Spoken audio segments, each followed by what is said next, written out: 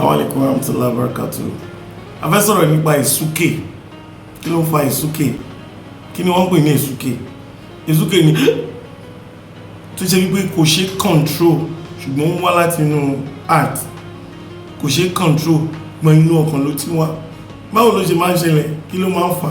Nígbà míì reaction sí oúnjẹ, nígbà míì reaction sí oògùn, nígbà míì reaction sí nǹkan tá a bá mu, especially fún nǹkan tó bá wà gaseous nínú oúnjẹ àbí nínú nǹkan mímu. So àwọn nǹkan tó máa ń fà nìyẹn nígbà míì, ṣùgbọ́n oògùn àti body reactions bí atara oògùn téèyàn bá sick nígbà míì, ara oògùn téèyàn ló lè lọ ṣarajọ kó ní side effect kó máa fa ìsúkè. Ìsúkè ń jẹ́ ẹ̀mọ̀ kó máa ń pààyàn tó bá pọ̀, tí ìsúkè bá pẹ́ lára ó máa ń pààyàn. Ìsúkè yẹn ó máa ń ṣe ọmọ kékeré, wọ́n á ní ẹja òwú ẹ̀fì sí lórí, títí ọmọdé yàtọ̀. Ṣé tó bá ṣàgbàlagbà ṣé ó máa kó lè ṣe òwú sórí ẹ̀ rárá? So ìsúkè tẹ̀rí yẹn nígbà míì wọ́n á ní kéèyàn mọ mi, wọ́n máa kọ́ ọmọdé náà lómi á lọlẹ̀, á jẹ́ wípé body reaction lásán láwọn yẹn. Ṣùgbọ́n àwọn ìsúkè tó yẹ pé ó ní ṣe, ó ti wọnú ọkàn lọ, ó ní ṣe pẹ̀lú reaction sí oògùn àbí nǹkan tá àti ṣe activities sí ẹ̀yìn, irú nǹkan bẹ́ẹ̀ ní tá a lè lò fún, ṣe mọ̀ pé nǹkan kékeré báyìí wọ́n pè ní àdín dúdú.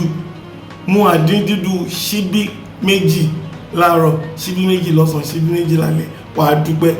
Wọ́n ti pè mí lórí èèyàn kan tí ó ń ṣe méjì mẹ́ta, ẹjọ́ èèyàn kan wà lọ́sibítù báyìí tá a ti ránṣẹ́ lọ, ó ní ìsúkè, gbogbo nǹkan náà ti lò fún, ó ti gba drip, ó ti gba ọgbẹ́. Mo ní kéèyàn kan jáde lọ kó lọ ra àdín dúdú, nǹkan tó rà ń jọ́nà ju 500 naira lọ, fún mú láàárọ̀, fún mú lọ́sàn-án, nígbà tó máa di lálẹ́ ó ti stop, wọ́n dẹ̀ discharge. There is power in nature. Àdín dúdú òun là ń pè ní palm kernel oil, òun ló ń jẹ́ àdín dúdú.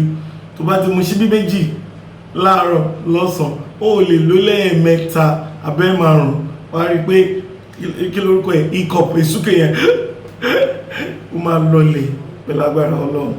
Fún àwọn tó bá nífẹ̀ẹ́ sí, share, go there, like, let's meet at the comment section.